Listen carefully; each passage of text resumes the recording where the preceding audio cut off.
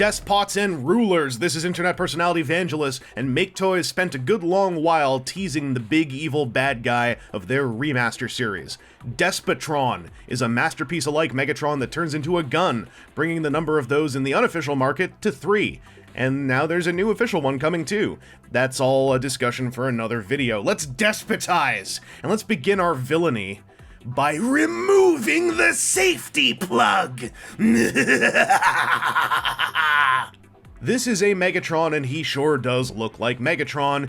Despotron has some thick, robo-muscular proportions that suit a once gladiator and provide him with a silhouette that lines up quite pleasantly with MP10 Convoy's own proportions. Between the heft and the overall anime tinge that permeates the sculpt, I've seen many call this a sibling of the Revoltech Megatron figure, and I don't know, I see it, I guess, but I wouldn't champion that title. What I would champion is the solidity of Despotron's body with its lovely lack of panel jumble. Even his back looks fully formed, with things only getting a little rough down around his butt, where his side skirts wrap around and kinda just chill out. This guy's legs are anything but skinny, giving him a leg up on a lot of other Megatron types. I've seen some call him squat looking, and again, I guess I can see it if I try to, but that's one of the last words on my mind with this guy. By the way, the majority of his colors are quite simple and strong, from the molded black and red plastic parts to the semi-shiny silver paint sheen on just about every gray piece of his build. Be careful, as I've read in the TFW discussion thread that some folks have scratched the finish, transforming him back and forth. The helmet sculpt gets creative with its surface lining, going rather modernized and busy, and the face is neither anime nor G1 cartoon nor toy. It's kind of floating in the middle. I really wish the eyes weren't quite so narrow. The metallic red effect applied to them is positively electric and thankfully exists on all 4 face options. And guess what? There are 4 face options: stern, snarling, smirking, and belly laughing. To swap them, pull the helmet off, switch faces, and put the helmet on. It's wonderful. I hate unscrewing screws for face swaps, so this gets immediate brownie points from me. Despotron's only other accessory is his chain mace, which can only mount on his right forearm due to the keyed piece it relies on to stay attached. The spiked ball is proper huge, and the chain is pretty darn long. If only gravity didn't severely limit its immediate posing options. I hope you all like all the many times that Megatron just seems to hold the chain of his mace in high-end toy photography. Despotron's head's on a ball socket connection, and oh, the range on it is gorgeous. I really like this joint. He's got all that going on, all this going on, he can look around. This plays real nice, especially with, in his torso, he's got 2 clicks of ab crunch.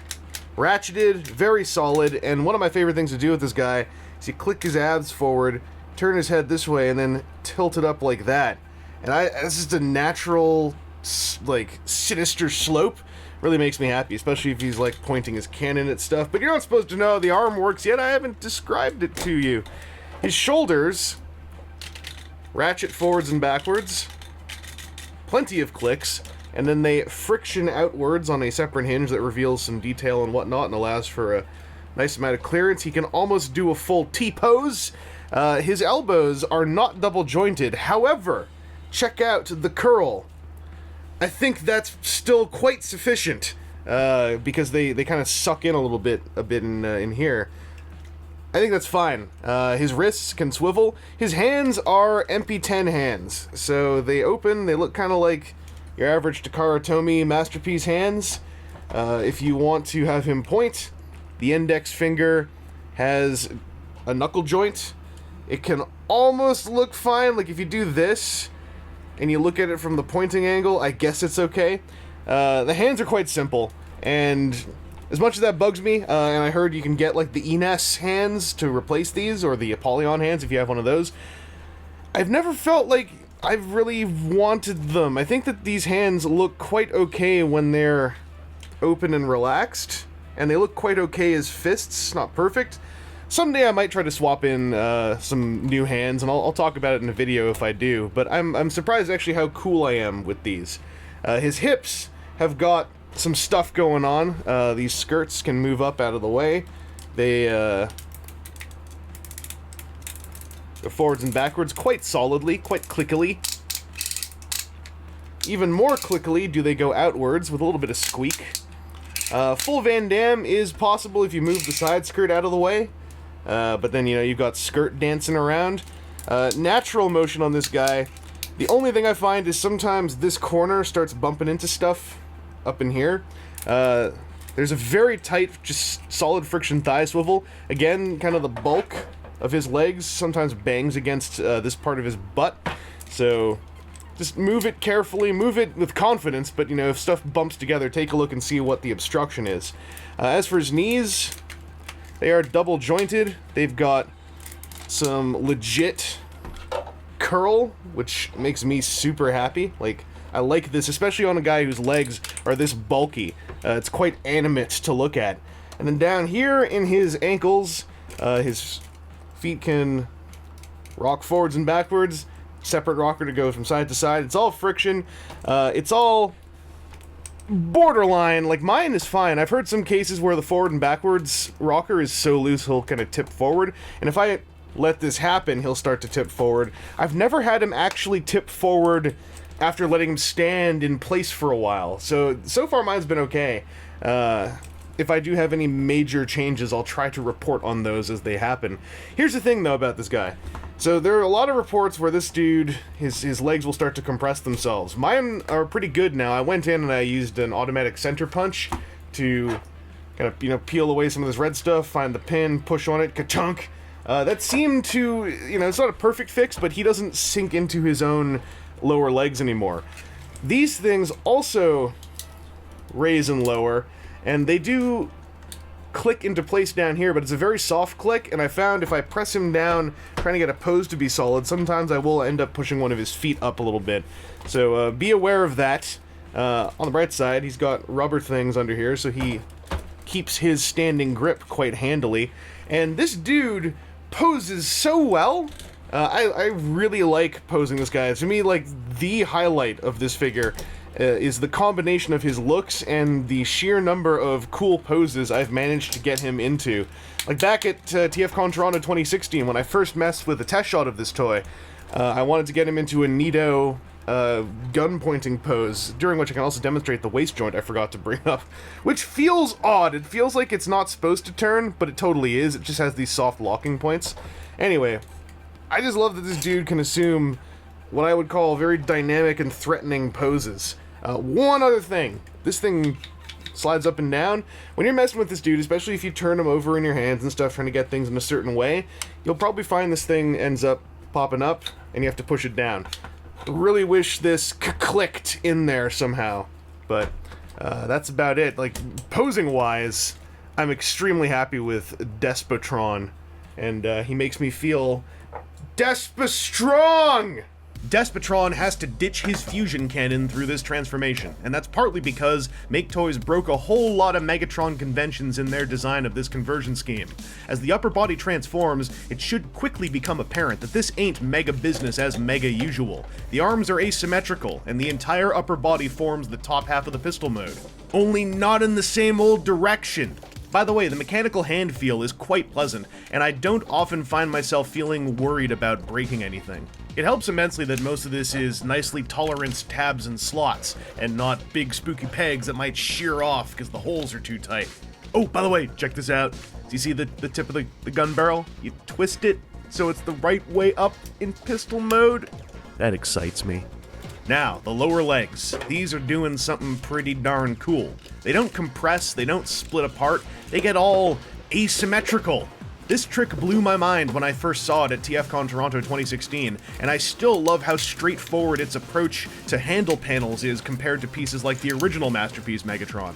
The knee joints need to be bent slightly, but as long as you massage all the tabs into their slots, it all becomes one glorious chunk sooner than later. One of my favorite parts of Despotron's robot mode is the lack of visible trigger bits, and the reveal of their hiding spot is just lovely. As complicated as it looks, it's all moving in chunks, and everything has supporting click locks and tabs to avoid prolonging the tension. That said, this is also the best time to fold the head away, which needs to go sideways and use the neck ball joint to maneuver the helmet through the tight fit of its hatchway home.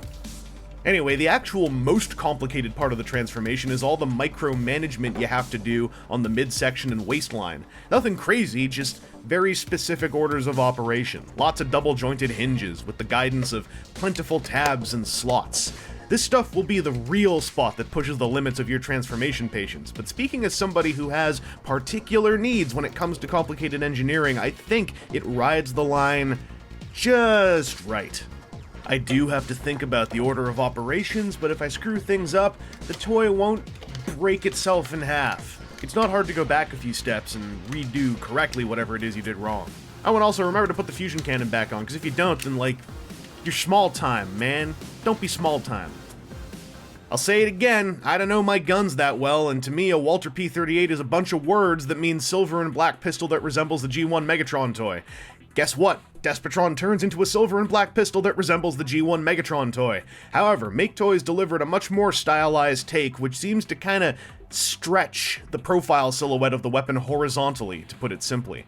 I don't really mind, but it certainly may mess with you if you're more of a gun enthusiast. If you're super enthusiastic, may I quickly suggest that you put the orange plug back into the barrel before you get yourself in trouble.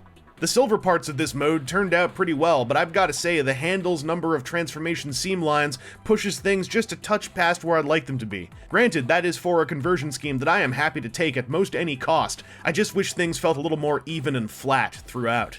However, for the totally notable demographic of people who hold the roleplay handhold ability of a Megatron gun mode in much higher regard than I could ever personally take seriously, the handle is also just long enough to be awkward to get a solid grip on. I mean, I can still hold it and twiddle the springy trigger without much trouble. You just might not look like a legitimate cool spy if you take photos of yourself holding Despotron while wearing a tuxedo. And if you hang on to him for a super long time, I don't know, maybe you'll cramp a knuckle. Don't hold on to a toy gun that long. Turn him back into a robot. He prefers being a robot. By the way, there appear to be a couple of channels bored down into the back of the handle, so while Despotron includes no Man from Uncle extendy bits, perhaps there is still room for extra attachments in his future. This is a heck of a figure. Despotron was the first G1-styled Megatron of this size to friggin' hit the legs out of the park in the way I wanted to see that ball get hit. He's thick, solid, highly posable, and has a transformation scheme that feels lovely to me almost all of the way through. It's those little fiddly moments at the end that give me the briefest of pauses, and as much as I like the face sculpts in general, I wish they pushed things a little bit farther, in either direction, anime or G1. Also, coming in just shy of $150 US, I feel just shy of wishing Despotron had included stock extension pieces to truly complete the package. If he was $10 more, I'd have really slammed a fist on a table over it. End of the day, this finally feels like the kind of masterpiece-style Megatron I've wanted for all these years. So much about him aligns with my taste that many of his shortcomings are enormously overshadowed in my eyes. This figure looks like a premium piece but feels sturdy enough to live on my desk for a good long time. I guess we'll see how that goes as the years tread on. Like, I really hope that I have permanently fixed his knee sliders. Anyway, this has been Internet Personality Vangelus, and while this was the Megatron I wanted, it certainly isn't the only one I've been interested in. I think it's time to sit down, dig my heels into the floor, and take a swing at direct comparison.